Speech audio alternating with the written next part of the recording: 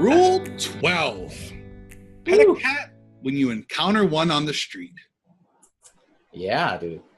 This rule kind of like, whew. Wow.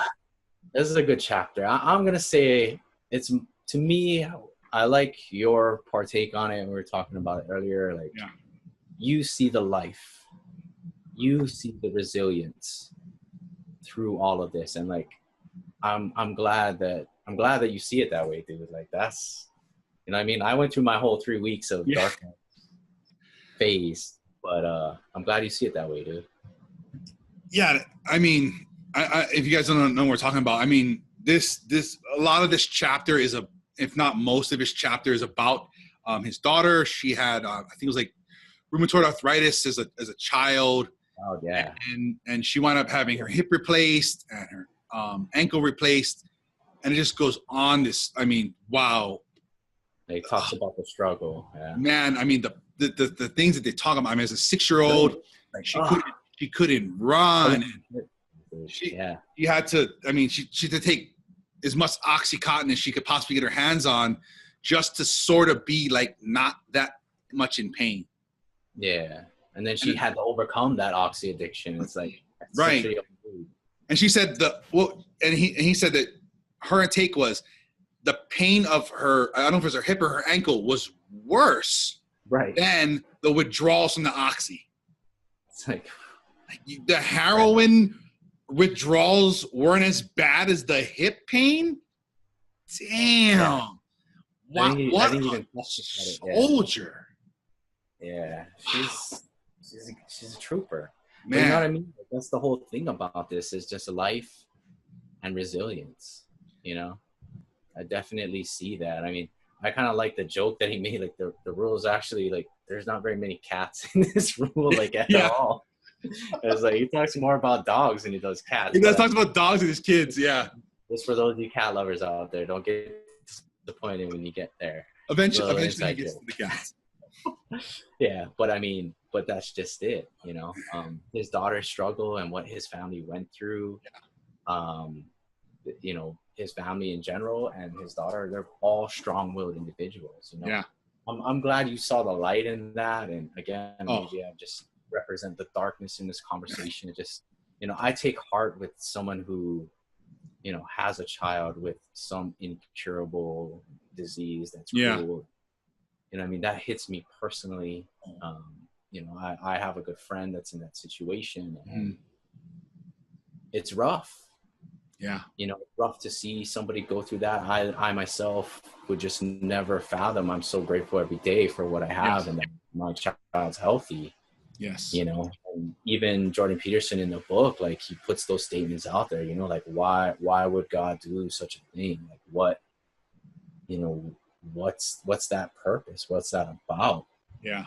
You know, and like, that's a hard question to answer. You know, it's like, you don't necessarily take light in that situation.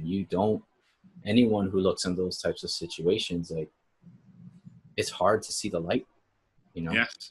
It's very hard to see the light when that's what your world is, completely surrounded in chaos every day. Like, you got to come home and see your daughter go through all these things, like, and there's nothing anybody can do about it. And you do your best, you know what I mean? And, you know, I guess I myself, I like trying to lighten the subject. I wasn't that bad, but this book did kind of take me to a negative place for a few weeks. I was just in a place where, you know, 80 to 90% of my thoughts throughout the day were just negative. I would just see something and be like, no, that ain't possible. No, that's not that. I don't know if some of you were around me during that time, but you could just feel the energy coming off. It was a different type of energy. Yeah. I seen to that. Oh yeah. You know? And it was just negative after I read this book. You know, that's why I'm so glad when I heard Tyson. He's like, oh, dude, the struggle she went through, she's resilient. She's about life. And I'm like, you know, I never really thought about it, dude. Thanks for bringing light, like, into my darkness, man. You're welcome. I mean, that's, you know, it's interesting how we both can read the exact same thing and have two completely opposite. Well, that's just because we have different things, right? Like, we got different things. I personally have a friend that's going through this, so You know what I mean? It's like, yeah. I mean, I'm so blessed that I don't have to. I can't even watch stuff on TV. It's just so, I mean, yeah, God, when you hear man, about it's just a that. little kid. Like, come on, man. Like, And even me, I'm in healthcare too. Like, sometimes I think twice about going to work at a women and children's hospital because, right. you know, you see this kind of stuff every day. But, you know, for me, but after about maybe 3-4 weeks or so, I somehow broke my negative train of thought. And then from there, like, I just kind of, you know, I think Tyson helped me out actually. He's like, hey, let me shed some light on this subject. Like, hey, thanks. You know what I mean? That goes back to number 3, right? Put yourself around people who want the best for you, you know? And after coming out of that, I just had this positive energy streak, you know?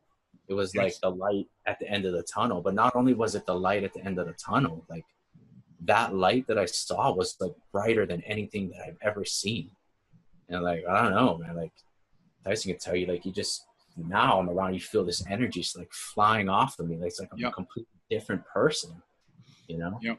We jumped on show prep yesterday and I was like, whoa, hey, Ransom, you're back. You know what I'm saying? Yeah. It's just like, I shot out of there, and it's just, you know, that's the kind of thing that sometimes when you're in the darkness, like, that's all you see. But you got to remember that there's beauty in life. It's around you. So much. You know, if all you sit there and focus on is, why is this happening to me? Like, go through all of these rules. You know what I mean? Know where you are. Treat yourself like someone that's worth something. Like, all of these rules can just kind of combine. That's what I like about like these last 2 rules, is you take a lot of these rules and absorb them in. You know, it's just, there is light at the end of the tunnel. Yes. You know what I mean? It's definitely good stuff. I don't know, man. Thanks, dude. Appreciate you. You're welcome. I'm glad this helped you, and it would really touch my heart if it could help another person as well. For sure. And that's part of doing this show is that kind of thing and this kind of stuff, you know? Yeah. I mean, just, it sounds cliche, but I mean, step outside for a minute, man. Look up at the sky, the clouds, the trees, the bushes. Even if they suck, they're there and they're alive. You're alive.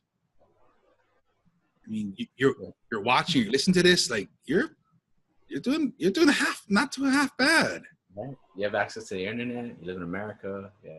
Yeah, you know. And I kind of think, you know, we're summing up here. I just go ahead and read his quote real quick. It's kind of at the end of the chapter how he sums it all up, and I love it. It's like, his quote is, and maybe when you're going for a walk and your head is spinning, a cat will show up. And if you pay attention to it, then it will remind you, just for 15 seconds, that the wonder of being might make up for the incurable suffering that accompanies it. Like, dude, that's that's deep. That's some deep stuff. You know what I'm saying? You know? And it just makes a difference. Like, just that 15 seconds of light, like, you give somebody hope to continue on, and that's so true. Many things happen. Sometimes that's all someone needs, is that glimmer of hope.